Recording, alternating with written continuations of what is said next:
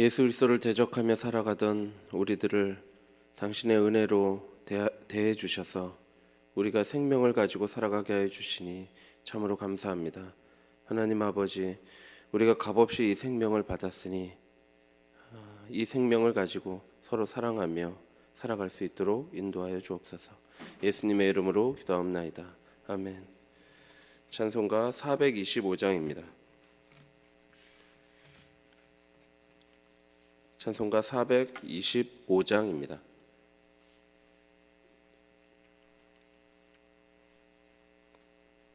다 함께 찬송가 425장 찬송하겠습니다. 주님의 뜻을 이루소서. 고요한 중에 기다리니 진흙과 같은 날 빚으사 주님의 형상 만드소서. 주님의 뜻을 이루소서. 주님 발 앞에 엎드리니 나의 맘속을 살피시사 주이게 하옵소서. 주님의 뜻을 이루소서. 병들어 몸이 피곤할 때 권능의 손을 내게 펴사 강건케 하여 주옵소서. 주님의 뜻을 이루소서. 온전히 나를 주장하사 주님과 함께 동행함을 만민이 알게 하옵소서. 아멘. 성경 말씀 골로새서 4장 5절 6절 말씀입니다. 골로새서 4장 5절과 6절 말씀 우리 한 목소리로 합독해서 읽겠습니다. 외인에게 대하여 지혜로 행하며 세월을 아끼라. 너희 말을 항상 은혜 가운데서 소금으로 맛을 냄과 같이 하라. 그리하면 각 사람에게 마땅히 대답할 것을 알리라. 아멘. 바울은 기도에 관한 권면을 한 뒤 외부 사람들에게 시선을 돌리고 있습니다. 오늘 보게 될 사도 바울의 권면은 골로새서에 나오는 마지막 권면입니다. 이 권면 이후에 바울은 마지막 인사를 하고 축도로 서신을 마무리합니다. 사도 바울은 골로새 성도들에게 외부 사람들을 향하여 지혜롭게 행동하고 말을 은혜롭게 하라라고 말씀하고 있습니다. 먼저는 어떻게 행동해야 할지를 말하고 그 다음은 어떻게 말해야 할지를 말하고 있습니다. 5절입니다. 외인에게 대해서는 지혜로 행하여 세월을 아끼라. 먼저 성도들은 외부 사람들에게 대하여 지혜롭게 행해야 합니다. 외인, 즉 외부 사람들은 교회 밖에 있는 사람들을 말하죠. 고대 헬라 사회에서 지혜, 즉 소피아는 일상생활에서의 총명함, 이론적 지식 등을 의미했습니다. 그러나 성경에서는 1차적으로 하나님과 하나님의 뜻을 아는 것을 말합니다. 그래서 1장 9절에 보면 너희로 하여금 모든 신령한 지혜와 총명에 하나님의 뜻을 아는 것으로 채우게 하시고 이렇게 말씀합니다.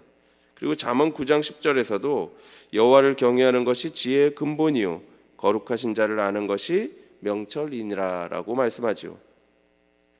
하나님을 바르게 알고 하나님을 경외하는 것이 지혜의 시작입니다. 따라서 성경적인 지혜는 1차적으로 하나님을 아는 것 그리고 하나님의 뜻을 아는 것이라고 말할 수 있습니다. 또한 지혜롭게 행하는 것에 대하여 야고보서 3장 17절은 이렇게 말씀합니다. 오직 위로부터 난 지혜는 첫째 성결하고 다음에 화평하고 관용하고 양순하며 긍휼과 선한 열매가 가득하고 편견과 거짓이 없나니. 야고보서 말씀에 따르면 외부 사람들을 향하여 지혜롭게 행한다는 것은 성결하고 평화롭고 관대하고 유순하게 행동하는 것입니다. 또한 자비와 선한 열매를 맺는 것이죠. 성도들은 우리의 구체적인 삶의 현장에서 이처럼 거룩과 화평, 관용과 양순, 긍휼로 살아감으로써 지혜롭게 행해야 합니다. 그 장소는 우리의 가정과 마을과 일터와 학교와 병원과 시장 등 우리가 외부 사람들을 만나는 곳입니다. 우리는 이러한 구체적인 삶의 자리에서 선한 열매를 맺으며 살아가야 합니다. 그렇다면 하나님을 믿지 않는 외부 사람들이 성도의 삶을 보며 관심을 갖게 될 것입니다. 이토록 바쁘고 각박하며 여유가 없는 사회에서 자기 자신의 일밖에는 모르고 살아가는 사람들 속에서 정신없이 앞만 보고 내달리는 이 메마른 사회에서 성도는 주변을 돌아볼 줄 알고 동료와 이웃을 섬길 줄 알고 어려운 상황에서 위로할 줄 알고 평화를 선포할 줄 압니다. 음란하고 악한 사회에서 거룩한 삶을 살며 모두가 자기 이익을 위해 혈안이 된 사회에서 손해도 볼 줄 알고 오히려 주변 사람들을 챙겨주고 관용하고 양순하며 긍휼이 많은 그런 삶을 살아가는 것이죠. 나한테 조금이라도 피해가 되는 것 같으면 큰 소리를 내고 싸우는 이 매정한 사회에서 용서할 줄 알고 용납할 줄 알며 서로 이해하며 그렇게 토닥이고 살아가는 것이죠.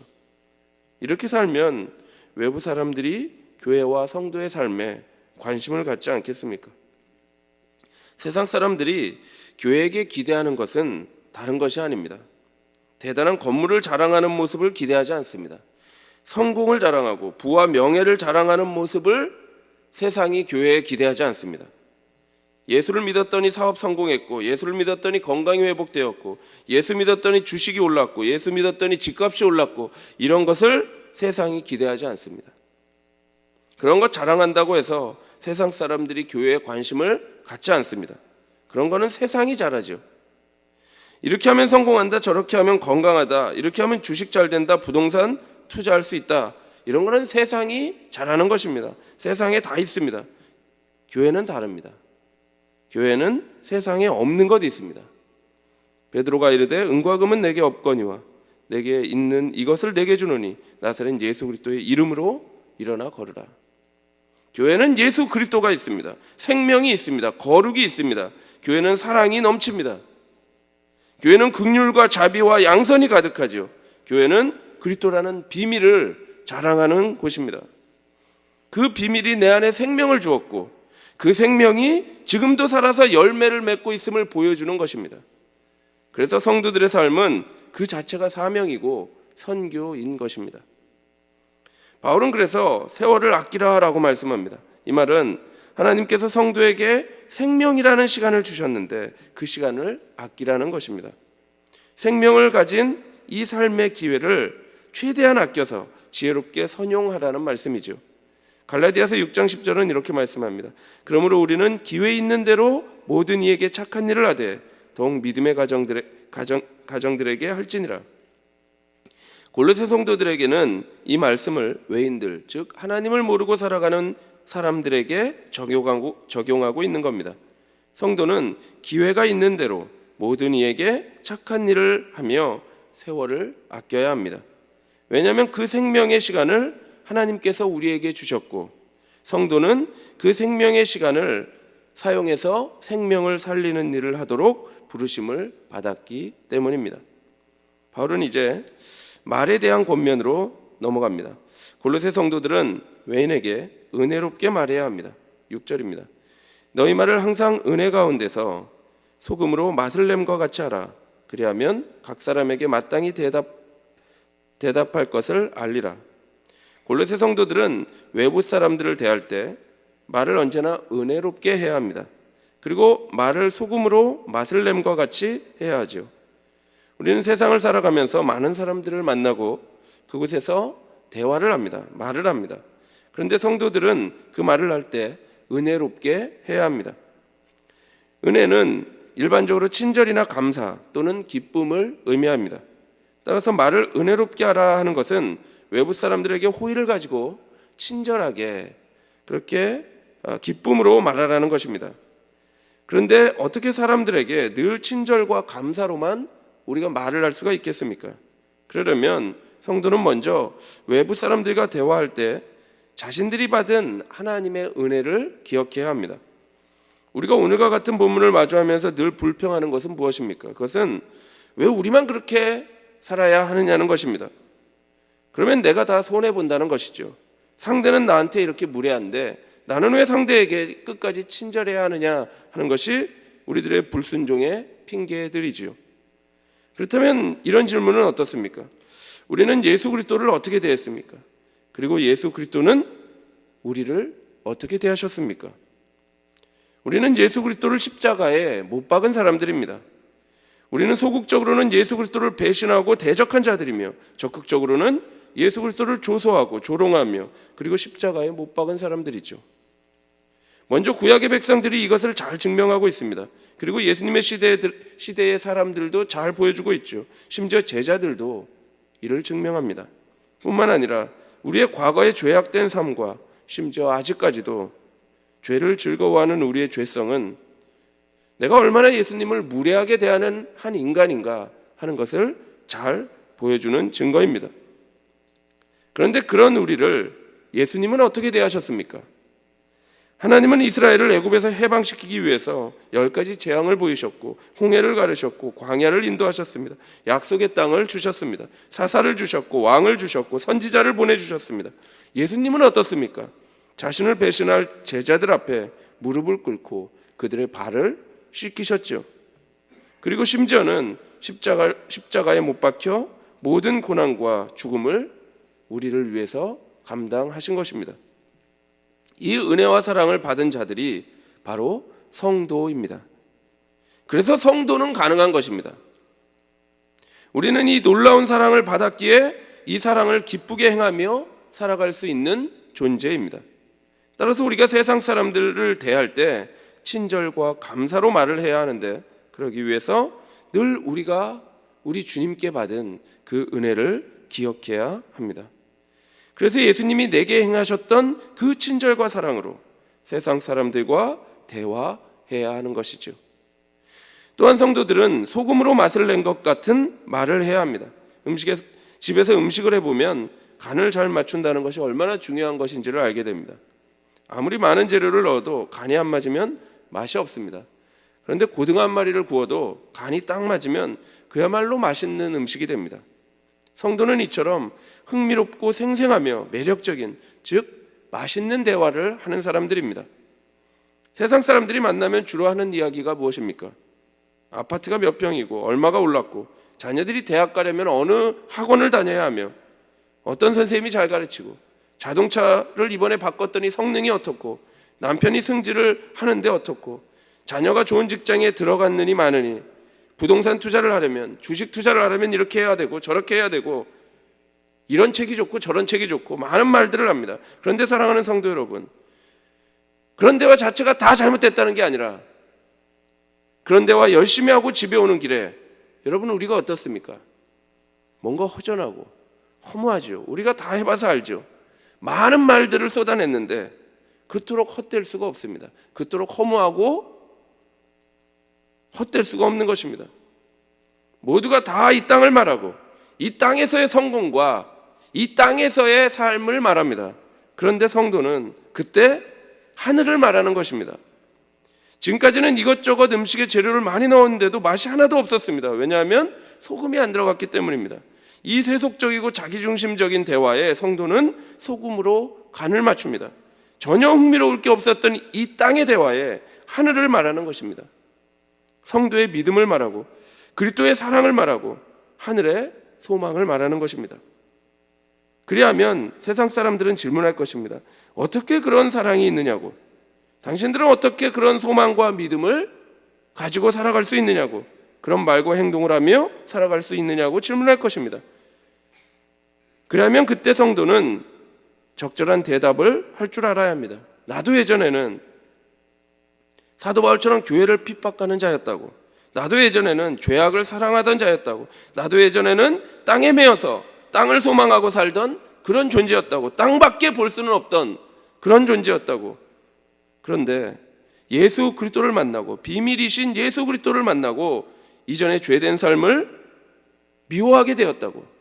이제 내 눈을 땅에서 들어서 하늘을 볼 수 있게 되었다고.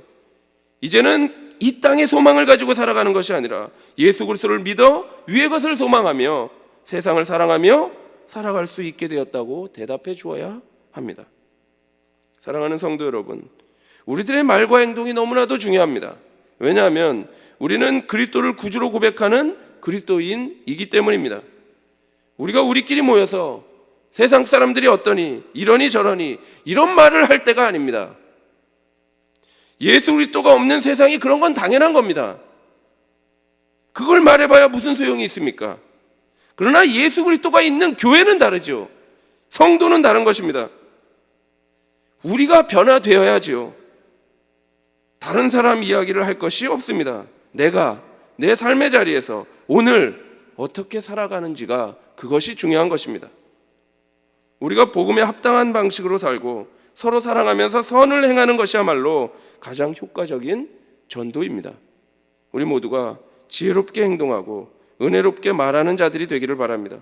그래서 하나님을 드러내는 말과 행동으로 세상 사람들에게 복을 전하는 복된 성도가 되기를 바랍니다. 기도하겠습니다. 하나님 아버지, 우리에게 생명을 주셨는데 이 생명이 얼마나 귀하고 아름다운 것인지를 우리가 아는데 우리가 이 땅에서 이 생명을 썩히고 살아가서야 되겠습니까? 하나님, 우리가 기회를 아끼게 하시고 때를 아껴서 우리 주님 주신 그 생명으로 서로 사랑하며 세상을 품고 정말 양순과 아버지 긍휼로 그들을 품고 살아갈 수 있도록 주께서 인도하여 주시옵소서. 그래서 그들이 교회를 보고 성도를 보고 예수 그리스도의 영광을 보는 그런 아름다운 일이 우리의 삶에서 일어날 수 있도록 아버지께서 인도하여 주옵소서. 예수 그리스도의 이름으로 기도합나이다. 아멘. 하늘에 계신 우리 아버지여, 이름이 거룩히 여김을 받으시오며 나라의 임하옵시며 뜻이 하늘에서 이룬 것 같이 땅에서도 이루어지이다. 오늘날 우리에게 일용할 양식을 주옵시고 우리가 우리에게 죄 지은 자를 사하여 준 것 같이 우리 죄를 사하여 주옵시고 우리를 시험에 들게 하지 마옵시고 다만 악에서 구하옵소서. 대개 나라와 권세와 영광이 아버지께 영원히 있사옵나이다. 아멘. 지혜롭게 행하고 은혜롭게 말하는 하루를 살게 하시기를 기도하시고 오늘 수요 예배를 위해 고난 중에 있는 성도들을 위해 세교회당 건축을 위해 기도하시고 개인적으로 기도하시기 바랍니다.